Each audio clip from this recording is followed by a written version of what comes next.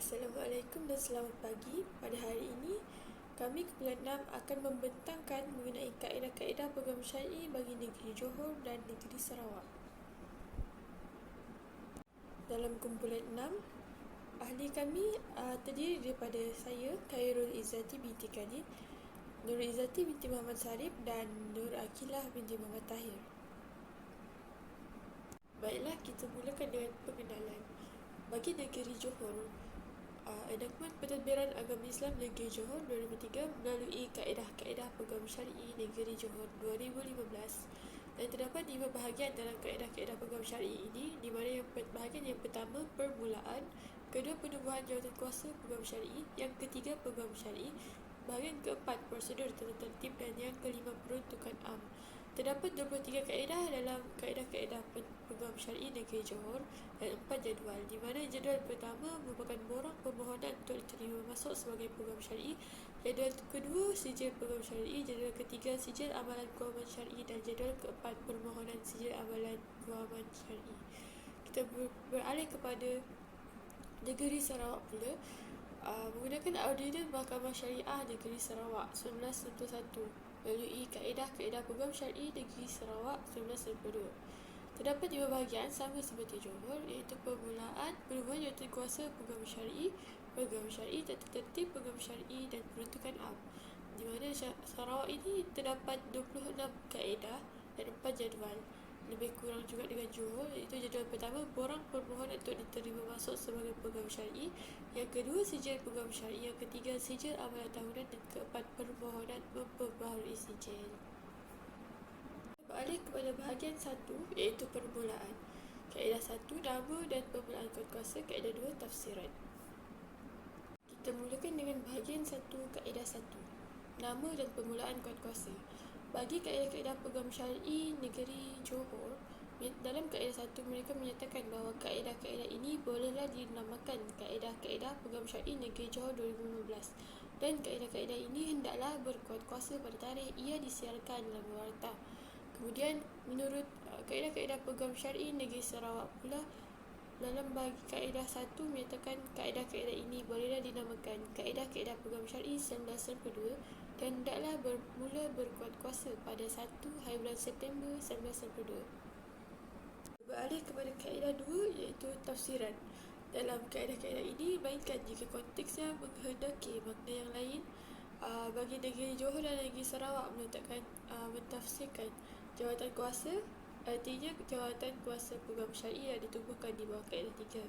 Manakala bagi kaedah-kaedah peguam negeri Johor menyatakan bahawa daftar peguam syar'i artinya daftar peguam syar'i yang disebutkan dalam kaedah 14. Majlis artinya Majlis Agama Islam Negeri Johor yang ditubuhkan di bawah Seksyen 4 dalam Kurungan 1 Enakmen Pentadbiran Agama Islam Negeri Johor 2003. Peguam syar'i artinya seorang yang telah diterima masuk sebagai peguam syar'i oleh majlis dan didaftarkan di bawah kaedah-kaedah ini atau di bawah mana-mana undang-undang bertulis lain sebelum kaedah-kaedah ini berkuat kuasa. Berlanjut pula dengan negeri Sarawak. Negeri Sarawak meletakkan tafsiran daftar artinya daftar peguam syar'i yang disimpan oleh setiausaha di bawah kaedah 13. Mahkamah Syariah artinya Mahkamah Rendah Syariah, Mahkamah Tinggi Syariah atau Mahkamah Rayuan Syariah mengikut mana-mana yang berkenaan yang ditubuhkan di bawah Audiden Mahkamah Syariah 1991. Jika kita lihat, Johor memberikan tafsiran kepada peguam syar'i yang telah saya sebutkan sebentar tadi. Negeri Sarawak pula memberikan pentafsiran yang lebih simple terhadap peguam syar'i, iaitu peguam syar'i artinya peguam syar'i yang diterima masuk menjadi peguam syar'i menurut peruntukan kaedah-kaedah ini.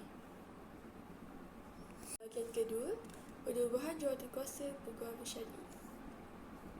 Bagi penubuhan jawatan kuasa peguam syar'i, negeri Johor dan negeri Sarawak memberikan kaedah yang sama terhadap penubuhan jawatan kuasa peguam syar'i ini, di mana kaedah 3, penubuhan jawatan kuasa. Majlis hendaklah menubuhkan satu jawatan kuasa yang dipanggil jawatan kuasa peguam syar'i. Seterusnya, bahagian 2, penubuhan jawatan kuasa peguam syar'i. Kedua-dua kaedah ini meletakkan keahlian jawatan kuasa di bawah kaedah keempat. Bagi negeri Johor, jawatan kuasa hendaklah terdiri daripada Penasihat Undang-Undang Negeri sebagai pengerusi, Ketua Pegawai Eksekutif Majlis Agama Islam Negeri Johor, C. Mufti atau wakilnya, D. Ketua Hakim Syar'i, E. Ketua Pendakwa Syar'i dan F. Seorang Wakil Persatuan Peguam Negeri Johor. Yang kedua, Kadi Besar, Ketua Penolong Pengarah Undang-Undang Syariah hendaklah menjadi setiausaha jawatan kuasa. 3. Ahli yang disebutkan dalam Sabkaedah 1 ini hendaklah beragama Islam. Yang keempat, ahli jawatan kuasa disebutkan dalam Sabkaedah 1 hendaklah seorang peguam syar'i yang memiliki sijil peguam syar'i dan sijil amalan guaman syar'i yang sah. Yang kelima, tertakluk kepada kaedah 5, seorang ahli jawatan kuasa dilantik di bawah Sabkaedah 1F hendaklah memegang jawatan selama tempoh 3 tahun dan dia adalah layak untuk dilantik semula.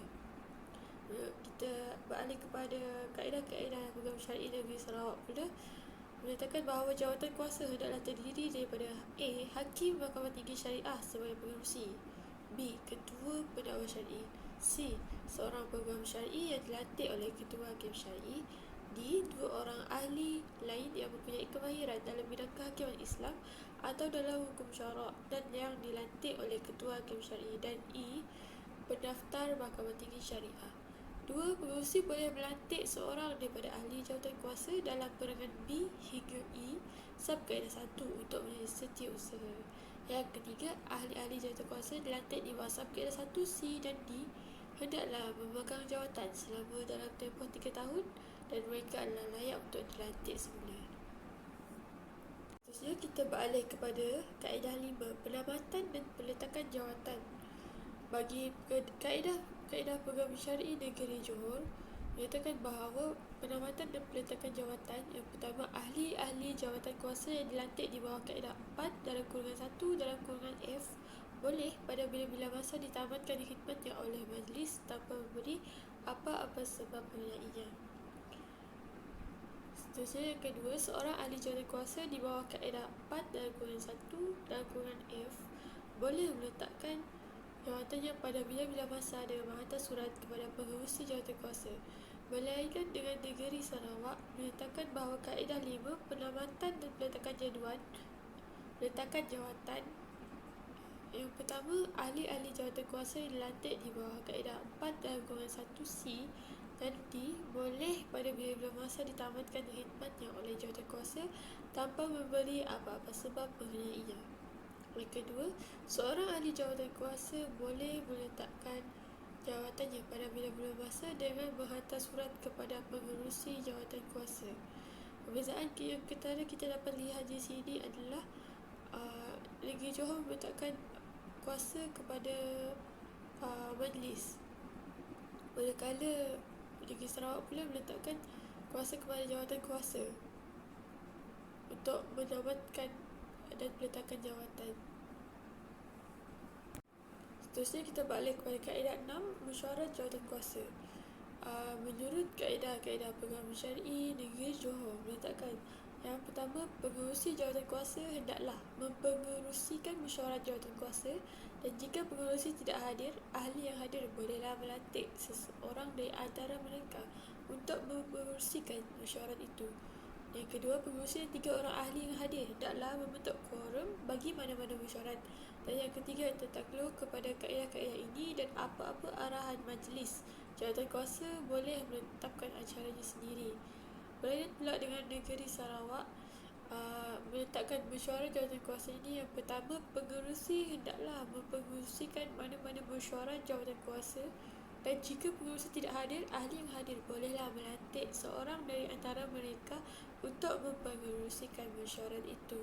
Yang kedua, 3 orang ahli yang hadir hendaklah menjadi quorum suatu mesyuarat. Dan yang ketiga, keputusan mesyuarat jawatan kuasa hendaklah dibuat secara syuruh.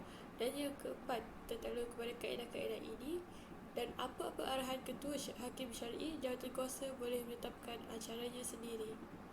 Perbezaan dalam kedua ni paling ketara kita boleh lihat dalam section 3, yang subsection 3, keputusan mesyuarat jawatan kuasa hendaklah dibuat secara syuruh yang ada di negeri Sarawak, tapi tidak ada di negeri Johor. Kemudian kita beralih kepada kaedah 7, fungsi jawatan kuasa. Bagi kaedah-kaedah program syar'i negeri Johor meletakkan satu jawatan kuasa hendaklah mempunyai fungsi seperti berikut. A. Untuk membuat pengakuan kepada majlis mengenai kelayakan mana-mana orang yang memohon untuk diterima masuk sebagai program syar'i. B. Untuk membuat pengakuan kepada majlis sama ada 1. Untuk membatalkan nama mana-mana program syar'i itu daripada daftar program syar'i, atau 2. Untuk membatal atau menggantung sijil amalan kewangan syar'i seorang program syar'i, atau untuk memberi amaran kepada seorang program syar'i. C. Untuk menjalankan fungsi lain yang berkaitan dengan fungsi yang disebutkan dalam perangan A dan B. Manakala kaedah-kaedah program syar'i negeri Sarawak pula meletakkan bahawa fungsi-fungsi jawatan kuasa ialah untuk mengendalikan segala urusan mengenai penerimaan masuk program syar'i, B. Mengawal tata tertib program syar'i, dan C. Menjalankan apa-apa fungsi lain sebagaimana diarahkan dari semasa ke semasa oleh Ketua Hakim Syar'i. Dalam hal ini kita tengok kaedah-kaedah program syar'i negeri Johor lebih mendetailkan, membuat pendetailan terhadap jawatan kuasa, fungsi jawatan kuasa ini. Kaedah program syar'i negeri Johor meletakkan pada kaedah ke-8 mengenai laun ahli jawatan kuasa, di mana peruntukannya menyebut bahawa ahli jawatan kuasa boleh dibayar apa-apa elan khas mengikut keadaan ditetapkan oleh majlis. Namun peruntukan ini tidak terdapat dalam kaedah-kaedah program syar'i negeri Sarawak. Kemudian kita beralih pula kepada bahagian 3, hal ehwal program syar'i. Seterusnya kita beralih kepada kelayakan program syar'i. Dalam negeri Johor dan Sarawak menyatakan bahawa mana-mana orang yang memenuhi syarat yang berikut adalah layak menjadi seorang program syar'i. Persamaan antara negeri Johor dan Sarawak dalam kaedah-kaedah ini adalah seorang program syar'i adalah seorang warga negara Malaysia mempunyai ijazah sarjana muda syariah dari mana-mana institut pengajian tinggi atau setaraf dengannya yang diiktiraf oleh kerajaan, tidak pernah disabitkan atas apa-apa kesalahan jenayah, lulus dalam peperiksaan sijil program syar'i, seorang yang berkelakuan baik dan bukan seorang yang bankrupt. Mereka Sarawak menambah seorang pegawai dalam perkhidmatan kehakiman dan undang-undang Malaysia yang lulus dalam peperiksaan sijil program syar'i. Mereka Johor pula menambah adalah seorang yang beragama Islam, mestilah mempunyai diploma pentadbiran kehakiman Islam atau yang setaraf dengannya, tidak pernah dipecat, hilang kelayakan atau digantung, dan seorang yang berkelakuan baik telah disokong oleh 2 orang pengadil. Kita lihat kepada kriteria seterusnya, iaitu seorang peguam dan peguam bela. Kalau di Johor meletakkan bahawa di bawah akta di bawah peruntukan ini, di bawah peruntukan Johor ini, seorang peguam dan peguam bela di bawah Akta Profesion Undang-Undang 1976, Akta 166, mestilah memiliki diploma pentadbiran kehakiman Islam atau yang setaraf dengannya dari mana-mana universiti atau institusi pengajian tinggi yang diiktiraf oleh kerajaan Malaysia. Negara Sarawak meletakkan seorang peguam dan peguam bela yang berdaftar di bawah Ordinan Peguam Sarawak atau Akta Profesion Undang-Undang 1976 yang lulus dalam peperiksaan sijil program syar'i. Latihan dalam gambar terdapat sedikit perbezaan di mana negeri Johor meletakkan bahawa latihan dalam gambar ini adalah selama 6 bulan di mana-mana firma kewangan syar'i dan diselia program syar'i yang sedang diselia oleh program syar'i yang sedang atau telah menjalankan amalan secara aktif di Malaysia bagi tempoh tidak kurang 5 tahun sebelum latihannya bermula. Manakala di Sarawak pula meletakkan latihan dalam gambar ini dalam bidang kehakiman Islam yang iktiraf atau berkemahiran dalam hukum syarak. Jadi maknanya kalau di Sarawak menerima latihan dalam gambar dalam bidang kehakiman Islam yang iktiraf atau berkemahiran dalam hukum syarak, tidak semestinya di firma kewangan syar'i. Okey, seterusnya kita masuk ke permohonan yang mana untuk negeri Johor boleh didapati di bawah kaedah 10, yang mana dinyatakan permohonan untuk diterima masuk sebagai peguam syar'i hendaklah dikemukakan kepada pengerusi jawatan kuasa dengan menggunakan borang yang ditetapkan dalam jadual 1. Okey, jadi seperti yang telah dibentangkan tadi, pengerusi jawatan kuasa untuk negeri Johor adalah penasihat undang-undang negeri. Manakala untuk negeri Sarawak, boleh didapati peruntukannya di bawah Seksyen 9 yang mana dinyatakan permohonan untuk diterima masuk sebagai peguam syar'i hendaklah mempunyai kelayakan yang tersebut dalam Kaedah 8. Okey, jadi Kaedah 8 adalah seperti yang dijelaskan oleh saudari Khairul Izzati tadi berkenaan dengan kelayakan peguam syar'i. Dan permohonan juga boleh dibuat dengan menggunakan borang 1 dalam Kaedah Peguam Syar'i Negeri Sarawak. Seterusnya, setiap permohonan untuk negeri Johor hendaklah disertakan dengan beberapa dokumen seperti yang pertama, akuan berhubung kelakuan baik yang disokong oleh 2 orang pengadil, iaitu salah seorang daripadanya ialah majikan pemohon sekiranya ada. Yang kedua, akuan bersumpah tidak pernah disabitkan atas apa-apa kesalahan oleh Mahkamah Syariah atau Mahkamah Sivil di Malaysia ataupun di luar Malaysia. Yang ketiga, akuan bersumpah tidak pernah diisytiharkan bankrupt atau didapati bersalah atas apa-apa perbuatan atau ketinggalan yang dinyatakan dalam Seksyen 33 6A kurungan 6A, B, C, E, F, H, K atau L Akta Kebankrapan 1967, Akta 360. D. Jika berkenaan salinan sijil guaman di bawah Akta Profession Undang-Undang 1976, Akta 166, dan juga perlu disertakan sekali salinan ijazah dan juga diploma, dan akhir sekali akuan bahawa pemohon telah tamat latihan dalam kamar selama 6 bulan. Manakala untuk negeri Sarawak, dalam subsection yang kedua dinyatakan setiap permohonan hendaklah dialamatkan kepada pengerusi jawatan kuasa dengan menyertakan salinan dokumen yang diperlukan. Okey, jadi untuk Sarawak ni dia tidak spesifikkan, tidak detailkan apakah dokumen yang perlu disertakan sebagaimana yang dibuat oleh negeri Johor. Tapi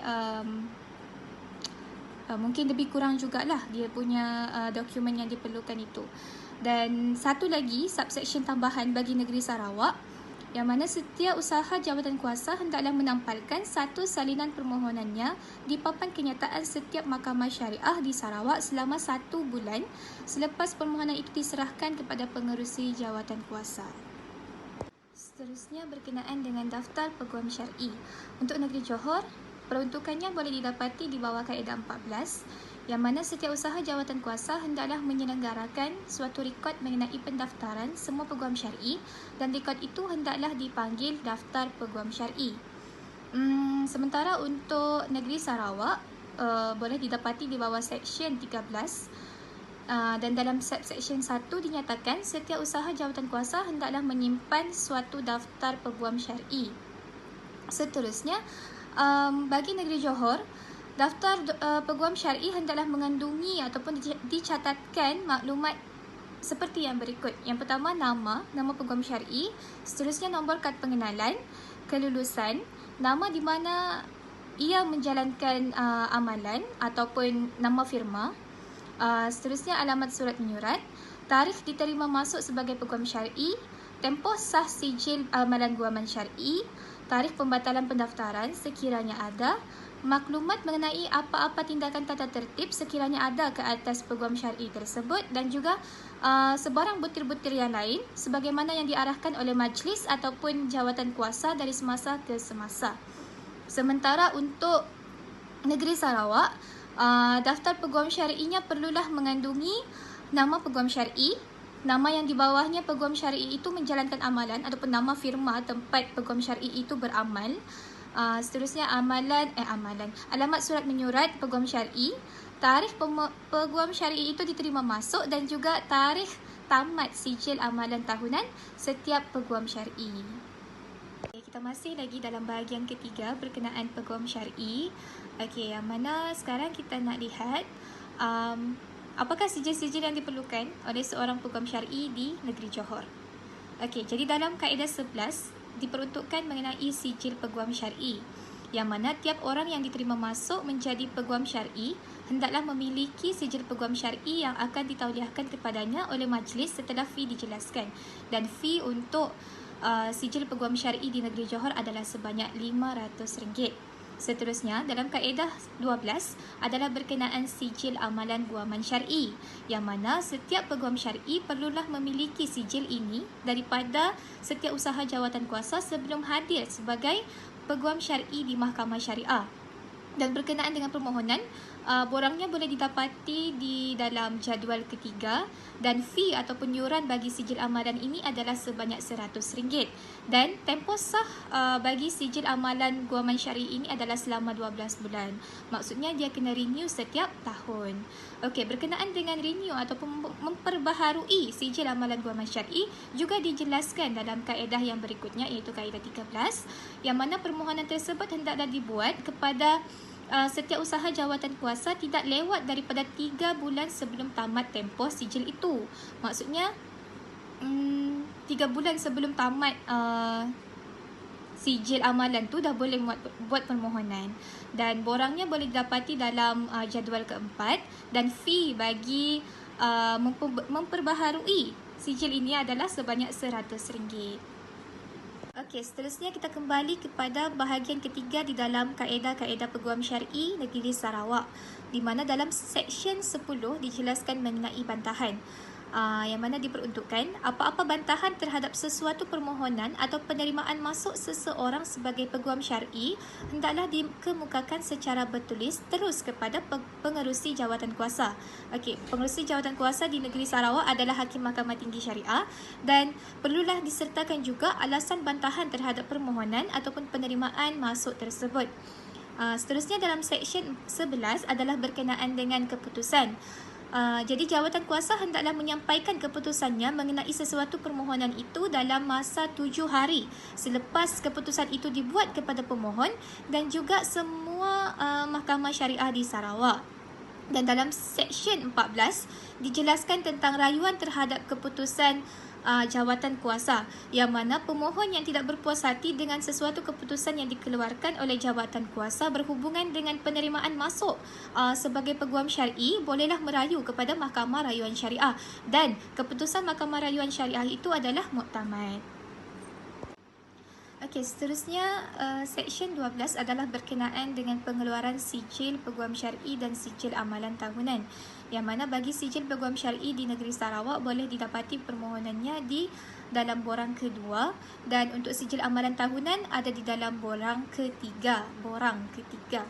Dan sijil-sijil ini akan dikeluarkan oleh jawatan kuasa kepada peguam syar'i setelah segala fee ataupun segala yuran dijelaskan.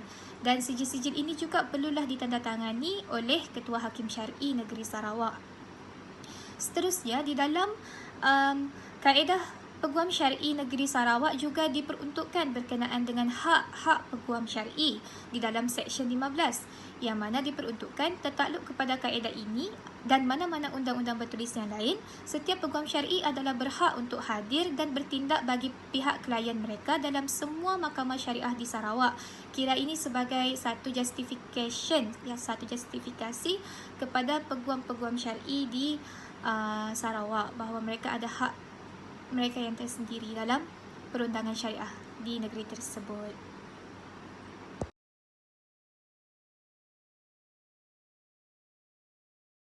Okey, seterusnya kita masuk ke bahagian yang keempat, iaitu berkenaan dengan tata tertib.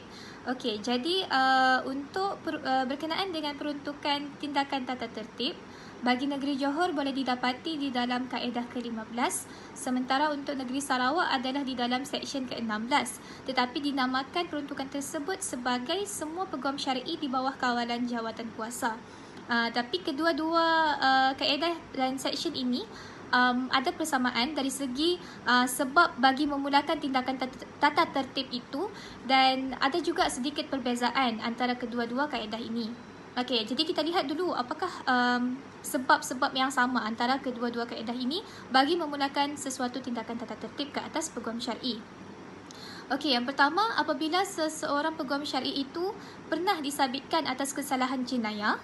Seterusnya, apabila peguam syar'i itu didapati bersalah kerana fraud ataupun kelakuan yang tidak sesuai dengan seorang peguam syar'i. Yang ketiga, menerima pekerjaan dalam urusan undang-undang melalui penarik pelanggan. Yang keempat, membenarkan orang lain menjalankan undang-undang atas namanya sebagai peguam syar'i. Yang kelima, menjalankan dengan sendiri atau khidmat orang lain apa-apa trade, perniagaan ataupun pekerjaan yang tidak sesuai dengan kedudukannya sebagai peguam syar'i. Dan akhir sekali adalah melanggar atau mungkir mematuhi peruntukan di dalam kaedah ini. Okey, itu sedikit beberapa persamaan di antara kaedah Negeri Johor dan juga Negeri Sarawak berkenaan sebab-sebab bagi memulakan tindakan tata tertib terhadap peguam syar'i.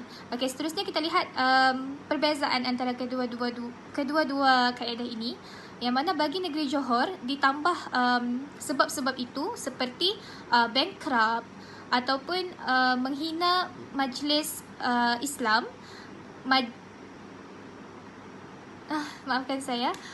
menghina agama Islam, menghina majlis ataupun menghina mahkamah. Seterusnya, bila mana seseorang peguam syar'i itu enggan untuk menjalankan kewajipannya terhadap klien, dan seterusnya berkelakuan yang bertentangan dengan hukum syarak, dan akhir sekali didapati bersalah oleh lembaga disiplin yang ditubuhkan di bawah Seksyen 93/1 Akta Profession Undang-Undang 1976, Akta 166. Dan bagi Negeri Sarawak pula, sedikit pertambahan dari segi sebab-sebab bagi memulakan tindakan tata tertib. Yang pertama adalah rasuah, bila mana seseorang peguam syar'i itu terlibat dalam kegiatan rasuah, dan juga bila mana mereka mendapatkan pekerjaan bagi dirinya ataupun peguam syar'i yang lain. Okey, seterusnya berkenaan aduan terhadap peguam syar'i. Okey, yang mana di Negeri Johor peruntukannya adalah di bawah kaedah 16 dan di Sarawak di bawah Seksyen 17. Dan peruntukannya adalah lebih kurang sama, iaitu apa-apa aduan mengenai kelakuan seseorang peguam syar'i atas sifat profesionalnya hendaklah dibuat kepada jawatan kuasa. Namun ada sedikit perbezaan di mana di Negeri di Negeri Johor dinyatakan bahawa aduan tersebut perlulah dibuat secara bertulis. Sementara di Sarawak tidak dinyatakan apakah bentuk aduan yang boleh dibuat.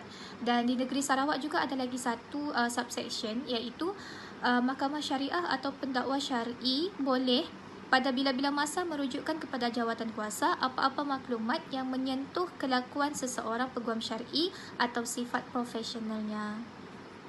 Okey, seterusnya di dalam bahagian 4 kaedah peguam syar'i Negeri Johor juga terdapat satu peruntukan yang tidak terdapat di dalam kaedah peguam syar'i Negeri Sarawak, iaitu berkenaan dengan siasatan, yang mana setelah menerima sesuatu aduan berkenaan dengan kelakuan seorang peguam syar'i, pengerusi jawatan kuasa hendaklah menyebabkan sesuatu siasatan itu diadakan, yang mana siasatan tersebut perlulah dijalankan secara adil dan juga munasabah, dan peguam syar'i diminta untuk memberi penjelasan bertulis dalam tempoh tidak kurang daripada 14 hari setelah siasatan itu dibuat. Dan jawatan kuasa juga perlu menyampaikan secara kediri kepada peguam syar'i itu ataupun meninggalkan notis di alamat terakhirnya berkenaan dengan siasatan yang telah dibuat. Dan sekiranya peguam syar'i itu gagal untuk memberikan penjelasan setelah tamat tempoh 14 hari tadi, maka jawatan kuasa boleh mengadakan siasatan. Dan setelah siasatan itu selesai dijalankan, jawatan kuasa tersebut perlulah membuat ataupun menyediakan laporan dan juga pendapatnya kepada majlis. Dan jika di dalam pendapat mereka itu dinyatakan ataupun mereka mendapati peguam syar'i itu bersalah di dalam laporan tersebut, dan mereka nyatakan di dalam laporan tersebut, maka perlulah juga disertakan mengenai hukuman terhadap peguam syar'i itu. Dan akhir sekali di dalam peruntukan ini dinyatakan bahawa jawatan kuasa adalah berkuasa untuk mengawal selia prosedurnya yang tersendiri berhubungan dengan perjalanan siasatannya ke atas sebarang aduan. Maksudnya tiada sebarang tiada sebarang panduan lah, dia bebas untuk menjalankan siasatan itu terhadap peguam syar'i. Okey, baiklah. Seterusnya adalah berkenaan dengan kuasa Majlis atau Jawatan Kuasa Sarawak mengeluarkan perintah. Bagi negeri Johor di bawah kaedah 18 menyatakan bahawa Majlis apabila menerima laporan dan perakuan jawatan kuasa mengikut kaedah 17 iaitu berkenaan dengan aduan kepada peguam syar'i hendaklah membuat mana-mana daripada perintah yang dinyatakan. Antara perintah yang dinyatakan adalah membuat perintah supaya nama peguam syar'i berkenaan dibatalkan daripada daftar peguam syar'i dan sijil amalan peguam syar'i itu dibatalkan. Seterusnya, membuat perintah menggantung peguam syar'i itu daripada menjalankan amalan bagi suatu tempoh yang difikirkan dan munasabah. Seterusnya, majlis juga boleh memberi amaran kepada peguam syar'i dan membuat apa-apa perintah yang difikirkan adil dan munasabah. Manakala bagi negeri Sarawak, di bawah Seksyen 18 menyatakan bahawa jawatan kuasa apabila mendengar suatu permohonan atau aduan yang dibuat kepadanya adalah berkuasa untuk membuat apa-apa perintah yang difikirkan patut dan munasabah. Antara perintah yang dinyatakan di bawah seksyen ini adalah jawatan kuasa berhak menggugurkan dari daftar nama peguam syar'i yang dimaksudkan oleh permohonan atau aduan itu. Ataupun jawatan kuasa juga boleh menggantung peguam syar'i itu daripada menjalankan apa-apa amalan dan jawatan kuasa juga boleh memberi amaran kepada peguam syar'i. Seterusnya, baiklah, bagi Seksyen 19 dan Seksyen 20 adalah berkenaan dengan rayuan terhadap jawatan kuasa kepada Mahkamah Rayuan Syariah dan perintah oleh jawatan kuasa hendaklah mengandungi pernyataan tentang kesimpulan dan sebagainya. Berkenaan dengan kedua-dua seksyen ini, ia hanya terdapat di bawah kaedah negeri Sarawak dan tidak dinyatakan di bawah kaedah negeri Johor. Bagi Seksyen 19 ini adalah memperuntukkan bahawa rayuan terhadap suatu perintah itu boleh dibuat oleh pemohon atau peguam syar'i yang dikenakan perintah ke atasnya oleh jawatan kuasa dan rayuan tersebut adalah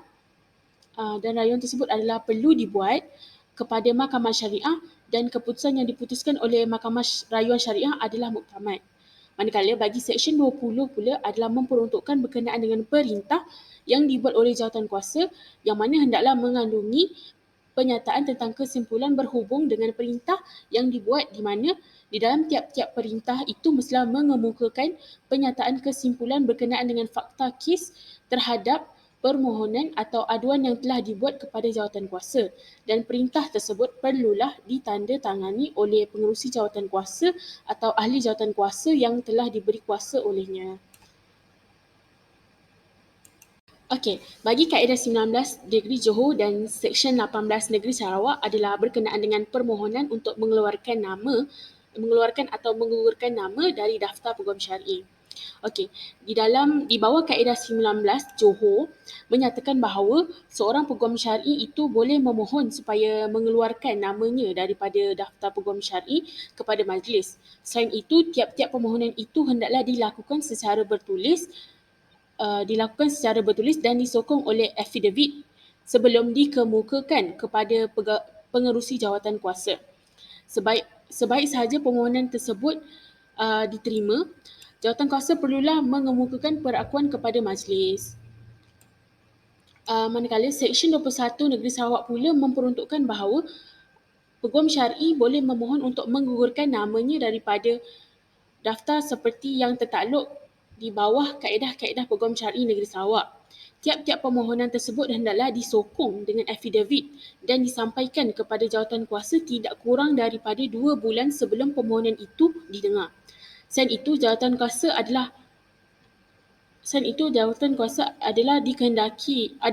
boleh untuk mengkehendaki pemohon untuk mengiklankan permohonannya mengikut apa-apa cara yang difikirkan oleh jawatan kuasa.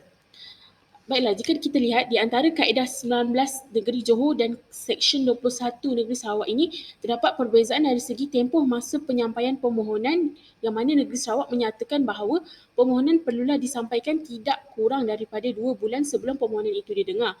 Manakala Negeri Johor tidak menyatakan apa-apa berkenaan dengan tempoh penyampaian permohonan tersebut. Okey, seterusnya adalah berkenaan dengan kaedah 20 Negeri Johor iaitu berkenaan dengan permohonan untuk diterima semula sebagai peguam syar'i, dan Seksyen 22 Negeri Sarawak berkenaan jawatan kuasa boleh memasukkan semula peguam syar'i. Okey, di bawah kaedah 20 Negeri Johor memperuntukkan bahawa majlis boleh menerima semula seseorang yang dikeluarkan atau dibatalkan dari daftar peguam syar'i sebagai peguam syar'i sekiranya difikirkan adil dan munasabah. Permohonan untuk diterima semula sebagai peguam syar'i hanya boleh dibuat setelah tamat tempoh 12 bulan daripada tarikh namanya dikeluarkan atau dibatalkan dari daftar peguam syar'i. Permohonan untuk diterima semula sebagai peguam syar'i hendaklah disokong dengan alasan-alasan munasabah mengapa dia perlu diterima semula sebagai peguam syar'i, dan fee bagi sijil peguam syar'i yang dikeluarkan adalah sebanyak RM1,000. Manakala bagi negeri Sarawak pula di bawah Seksyen 22 memperuntukkan bahawa jawatan kuasa boleh untuk memasukkan semula pegawai syar'i ke dalam daftar peguam syar'i pada bila-bila masa sekiranya difikirkan patut dan munasabah, dan suatu permohonan tersebut untuk memasukkan semula peguam syar'i adalah perlu disokong dengan affidavit. Jika kita lihat di antara kedua-dua kaedah ini, hanya kaedah 20 Negeri Johor yang memperuntukkan fee dan tempoh permohonan untuk diterima semula sebagai peguam syar'i. Manakala Seksyen 22 Negeri Sarawak tidak memperuntukkan apa-apa berkenaan dengan fee dan tempoh masa di bawah kaedah tersebut. Baiklah, kita akan masuk kepada bahagian 5 dalam kaedah peguam syar'i berkenaan dengan peruntukan am. Seterusnya adalah berkenaan dengan pengemukaan sijil amalan syar'i bagi kaedah 21 Negeri Johor dan pengemukaan sijil peguam syar'i dan sijil amalan tahunan bagi Seksyen 23 Negeri Sarawak. Di bawah kaedah 21 Negeri Johor dan Seksyen 23 Negeri Sarawak memperuntukkan bahawa setiap peguam syar'i hendaklah mengemukakan sijil amalan guaman syar'i sekiranya dikehendaki oleh mana-mana mahkamah syariah. Akan tetapi Negeri Sarawak menambah bahawa perlu disertakan dengan sijil amalan tahunan menurut Seksyen 23. Okey, baiklah. Seterusnya dalam kaedah peguam syar'i Negeri Johor memperuntukkan berkenaan dengan kesalahan dan pendakwaan di bawah kaedah 22 dan kaedah 23 yang mana kedua-dua kaedah ini tidak diperuntukkan di dalam kaedah-kaedah peguam syar'i Negeri Sarawak. Kaedah 22 adalah menyatakan berkenaan dengan kesalahan sekiranya mana-mana peguam syar'i yang beramal sebagai peguam syar'i tidak memiliki sijil amalan guaman syar'i yang sah dan mendapat perintah penggantungan ke atasnya adalah tidak boleh untuk menjalankan amalan sebagai peguam syar'i, dan sekiranya melanggar kaedah 1 dan 2 dalam kaedah ini adalah dikenakan denda sebanyak RM5,000 ataupun penjara tidak melebihi 3 tahun atau kedua-duanya sekali. Manakala bagi kaedah 23 iaitu berkenaan dengan pendakwaan adalah diperuntukkan bahawa mana-mana kesalahan yang dilakukan di bawah kaedah 22-1 dan -2 hanya boleh didakwa setelah mendapat kebenaran bertulis daripada ketua pendakwa syar'i. Okey, baiklah. Seterusnya di bawah kaedah peguam syar'i Negeri Sarawak pula memperuntukkan berkenaan dengan pendaftaran sebagai peguam syar'i di bawah Seksyen 24, sijil amalan tahunan di bawah Seksyen 25 dan sekatan di bawah Seksyen 26. Ketiga-tiga peruntukan tersebut tidak diperuntukkan di bawah kaedah-kaedah peguam syar'i Negeri Johor. Okey, pendaftaran sebagai peguam syar'i menurut Seksyen 24 adalah menyatakan bahawa setiap peguam syar'i dikenakan bayaran sebanyak RM100. Akan tetapi, jawatan kuasa boleh mengecualikan mana-mana orang daripada membayar bayaran pendaftaran tersebut. Manakala Seksyen 25 pula memperuntukkan bahawa sijil amalan tahunan hendaklah habis tempohnya pada 31 hari bulan Disember pada setiap tahun, dan permohonan perbaharuinya perlulah dilakukan tidak lewat daripada 1 hari bulan November setiap tahun. Bagi setiap sijil amalan tahunan ini adalah dikenakan fee sebanyak RM50 bagi setiap pembaharuannya.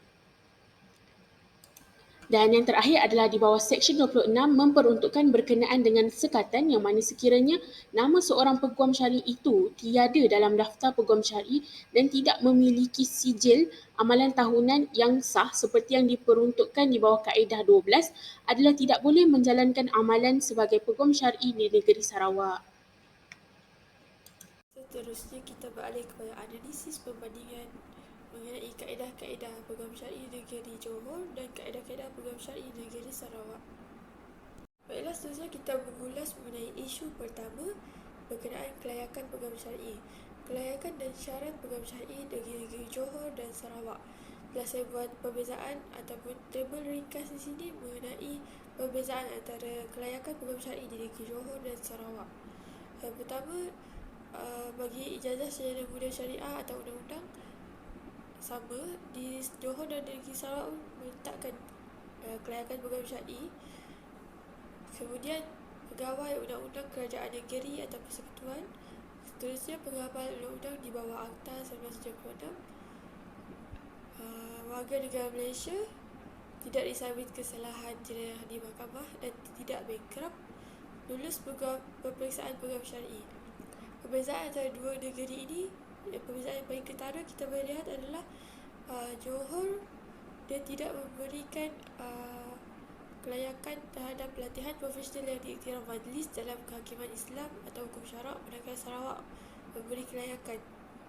Kemudian Johor memberi kelayakan kepada orang yang berpengalaman sebagai qadi atau hakim syar'i untuk menjadi peguam syar'i, manakala Sarawak pun tidak. Seterusnya, kaedah-kaedah negeri Johor meletakkan agama Islam sebagai kelayakan dan syarat untuk menjadi peguam syar'i di negeri Johor, manakala Sarawak tidak. Dan akhir sekali, diploma pentadbiran kehakiman Islam atau yang setaraf dengannya. Di Johor memerlukan diploma pentadbiran kehakiman Islam atau setaraf dengannya, manakala untuk menjadi peguam syar'i di Sarawak tidak memerlukan diploma pentadbiran kehakiman Islam atau yang setaraf dengannya. Berkenaan dengan syarat untuk peguam syar'i beragama Islam yang diletakkan di Johor, manakala di Sarawak tidak meletakkan syarat beragama Islam sebagai syarat untuk menjadi peguam syar'i. Berdasarkan hal ini, Mahkamah Persekutuan pada 24 Mac 2016 memutuskan bahawa peguam bukan Islam tidak boleh beramal sebagai peguam syar'i di Mahkamah Syariah. Maka sekarang telah jelas bahawa non-Muslim tidak boleh menjadi peguam syar'i. Kemudian jika kita melihat mengenai pengamal undang-undang di bawah Akta Profession Undang-Undang 1976 yang dibenarkan oleh di Johor dan Sarawak, hal ini agak tidak adil kerana pengamal undang-undang di bawah Akta Profession Undang-Undang 1976 boleh menjadi peguam cara, peguam bela dan peguam syar'i, manakala peguam syar'i hanya boleh menjadi peguam syar'i sahaja. Pada pendapat saya, walaupun mereka ini mahir tentang prosedur perbicaraan di mahkamah, namun untuk mengendalikan kes syariah memerlukan kelayakan akademik dalam bidang syariah. Kelayakan ini perlu kerana kes-kes syariah pada masa kini semakin rumit zaman hari dan memerlukan penelitian dan hukum syarak yang mendalam, terutama dalam kitab-kitab fiqh.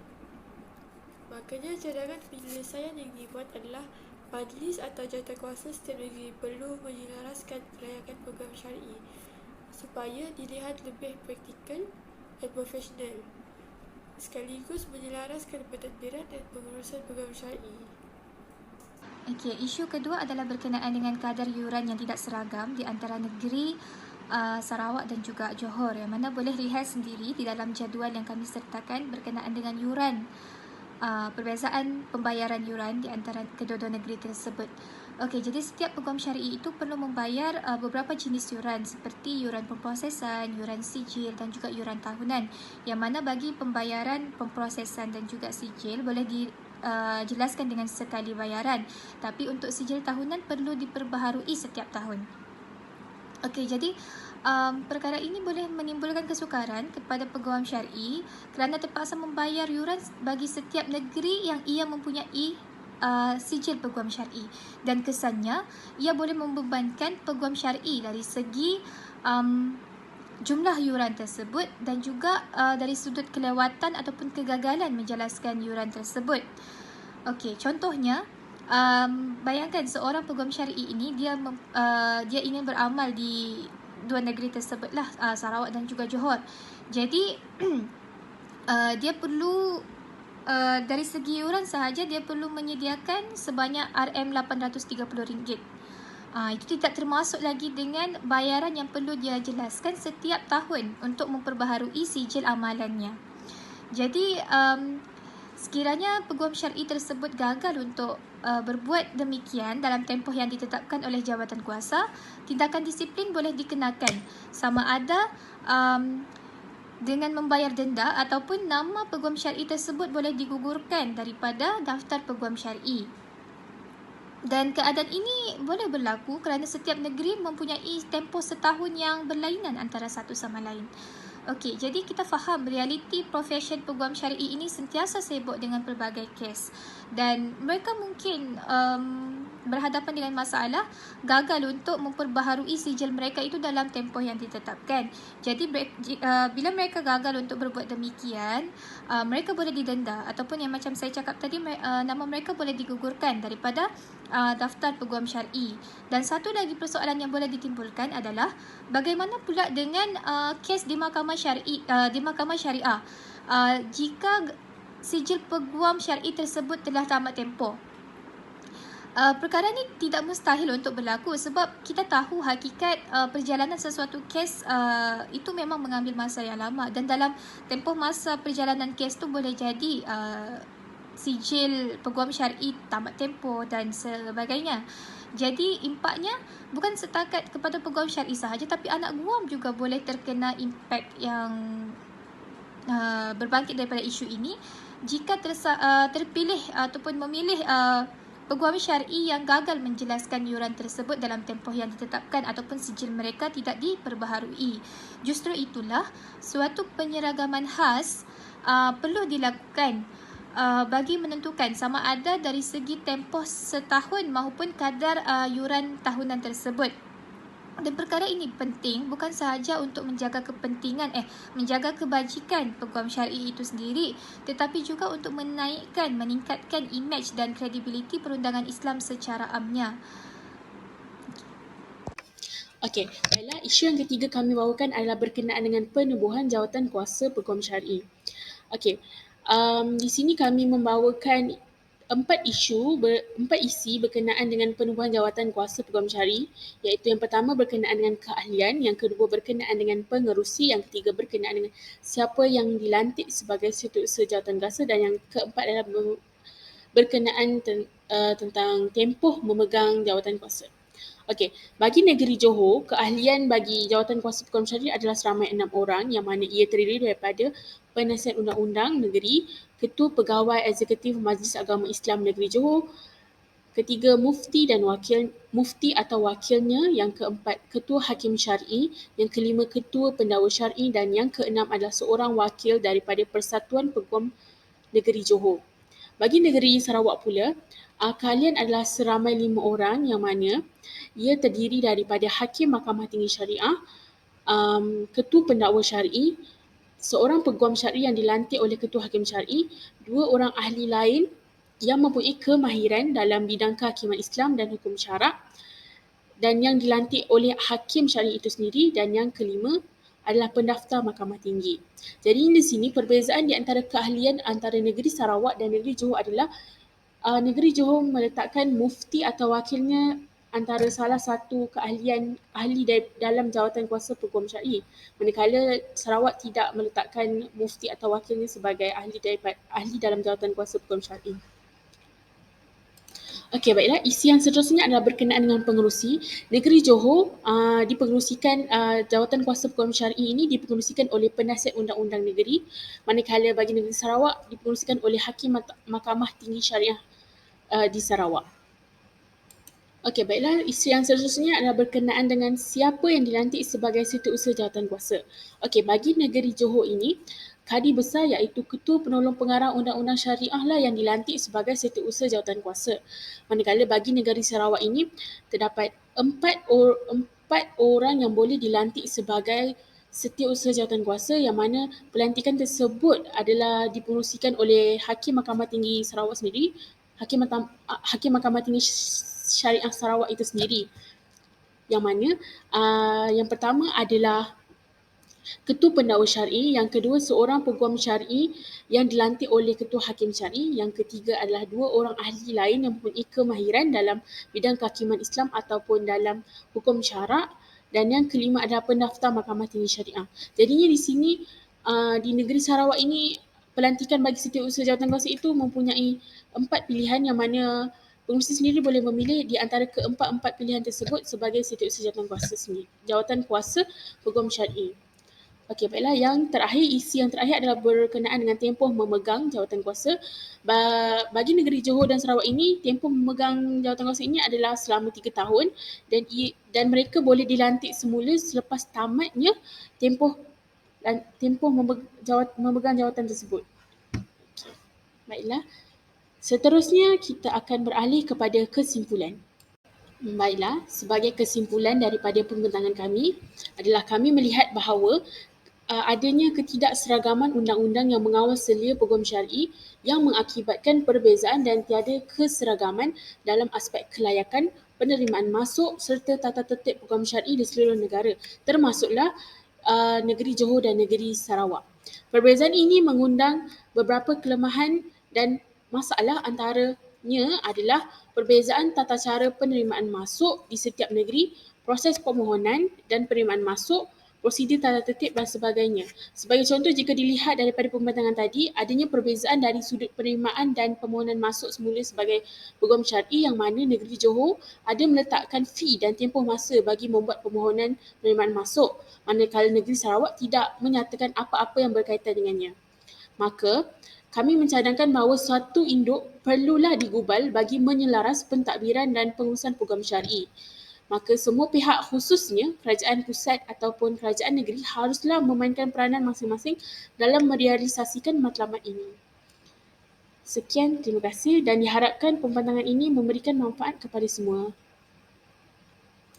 Okey, ini adalah rujukan yang kami gunakan, iaitu yang pertama adalah Enakmen Pentadbiran Agama Islam Negeri Johor 2003, yang kedua Ordinan Mahkamah Syariah 1991, yang ketiga Kaedah-Kaedah Peguam Syar'i Negeri Johor 2015, yang keempat Kaedah-Kaedah Peguam Syar'i Sarawak 1992. Yang kelima, Muhammad Zawawi bin Abu Bakar, Isu-Isu Peguam Syar'i di Malaysia, Jurnal Syariah, Volume 11/2 2003, muka surat 109 hingga 132. Dan yang keenam adalah Muhammad Dahlan Hamad, Peguam Syar'i di Malaysia, Analisis Perkembangan Pelaksanaannya di Mahkamah Syariah, Jurnal Undang-Undang dan Masyarakat, Volume 25 tahun 2019, muka surat 23 hingga 33.